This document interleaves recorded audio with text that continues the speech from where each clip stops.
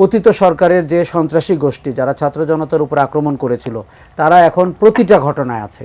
যাত্রাবাড়িতে ছিল, তিতুমিরে ছিল, ব্যাটারিতে ছিল, ইসকনেও আছে। আপনি এখন খুঁজে বের করতে হবে যে তারা ইন্ধন দিচ্ছে কিনা। এখন যখন আপনি কোনো আন্দোলনের ডাক দিবেন আপনাকে খুব সতর্ক হতে হবে যে পতিত পরাজিত শক্তি আপনার মুখোশ পরে কোনো নাশকতা করছে কিনা। যেমন দেখেন তিতুমিরের ছেলেরা যে ট্রেনে পাথর ছুড়ল, ওই ট্রেনে যদি কোনো নাশকতা হতো তার দায় কে নিত?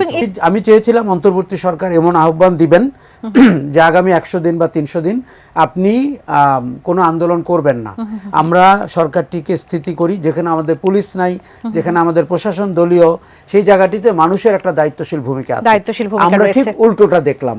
আমরা ছাত্রদেরকে অস্থির হতে দেখলাম, সহিংস হতে দেখলাম। শুধুমাত্র প্রকাশ্যে কারা খুন করেছে তারাই কিন্তু তদন্তের আওতায় আসবে তা না, নেপথ্যের কুশীলব কারা, এটি আরও জরুরি। খসরু ভাই যেটি বলেছেন, এবং আমার মনে হয় এটি সরকারের ক্ষমতা আছে, বের করতে হবে, এবং এগুলো বের করা ছাড়া আর কোনো পথ আমাদের খোলা নাই। তবে আপনার গোয়েন্দা সংস্থা আপনাকে হেল্প করছে কিনা, পুলিশ করছে কিনা, ডিজিএফআই করছে কিনা, এই প্রশ্ন আমার রয়েছে। কেননা আমি অনেক ক্ষেত্রে প্রমাণ পেয়েছি সরকারটি অসহায় এবং সরকারটি কিছুটা নভিস, এবং তাদেরকে ব্যুরোক্রেটরা চালাচ্ছেন, এবং আমলারা আপনাকে পচা পচা সব বুদ্ধি দেন, গণবিরোধী বুদ্ধি দেন, তারা আপনাকে ভয়ভীতি দেখান। এবং আপনি যেহেতু এই পদগুলোতে অতীতে সরকারের অনেকেই কাজ করেনি, তারাও তাদের বুদ্ধিতে বিভ্রান্ত হচ্ছেন।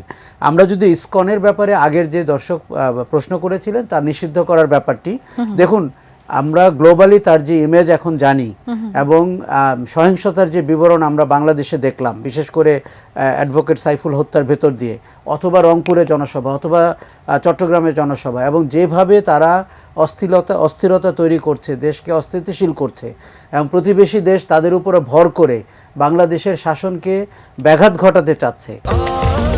স্বাস্থ্যকর অল টাইম ফ্যামিলি কেক, সব সময় অল টাইম হেলদি লাইফ। আমার মনে হয় যে যেহেতু কোর্টে এরকম একটি আপিল করা হয়েছে যে বিচারের ব্যবস্থা এবং নিষিদ্ধের ব্যবস্থাটি আমার মনে হয় প্রক্রিয়াধীন আছে, এবং এটি নিয়ে আমরা পজিটিভলি চিন্তা করতে পারি। এবং আপনার আরেকটা জিনিস মনে করতে হবে যে প্রশাসনিকভাবে না করে আমরা যদি বিচার বিভাগের ভেতর দিয়ে করি, সেটির সুদূর প্রসারী ইম্প্যাক্ট কিন্তু অনেক বেশি। প্রতিষ্ঠান হিসাবে অনেককে দায়ী করতে চাই, যেমন সরকারকে করতে চাই। প্রথমত তারাই তো আসলে দায়িত্ব নিয়েছেন দেশ পরিচালনার, অতএব তাদেরকে নির্লিপ্ত শৌখিন সরকার হয়ে বসে থাকলে হবে না, তাদেরকে কার্যকরী সরকার হতে হবে।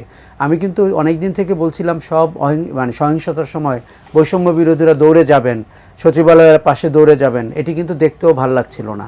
সরকার রয়েছে, তার পুলিশ রয়েছে, তার প্রশাসন রয়েছে, সেনাবাহিনীর ম্যাজিস্ট্রেসি পাওয়ার রয়েছে।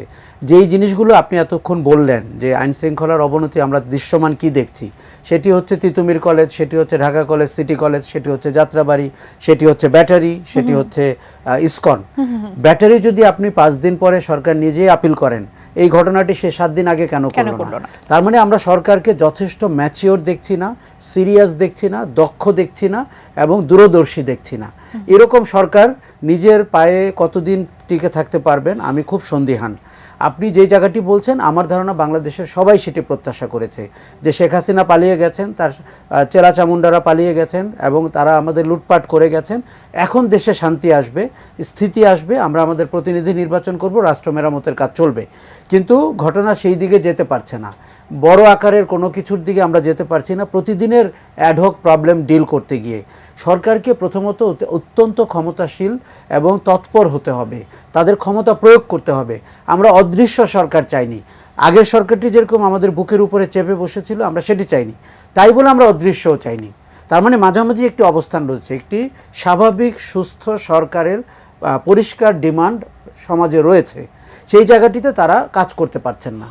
এখন আমি যদি বলি যে নাগরিকরা যে বীতশ্রদ্ধ হচ্ছেন, হতাশ হচ্ছেন এবং ভয় পাচ্ছেন, এবং আপনার মনে করছেন যে আগামীতেও কোনো সুন্দর সময় নাই, এটি কিন্তু চলতে দেওয়া যাবে না। আপনাকে খুব দ্রুত আইন শৃঙ্খলার উন্নতি করতে হবে। কাউকে আপনি দেখুন আবার অনুমতি না নিয়ে রাস্তায় বসে যাওয়া, এই কালচার থেকে আমাদের বেরোতে হবে। আপনার অনেকের ব্যাপারে প্রতিহিংসা ইচ্ছা জাগতেই পারে।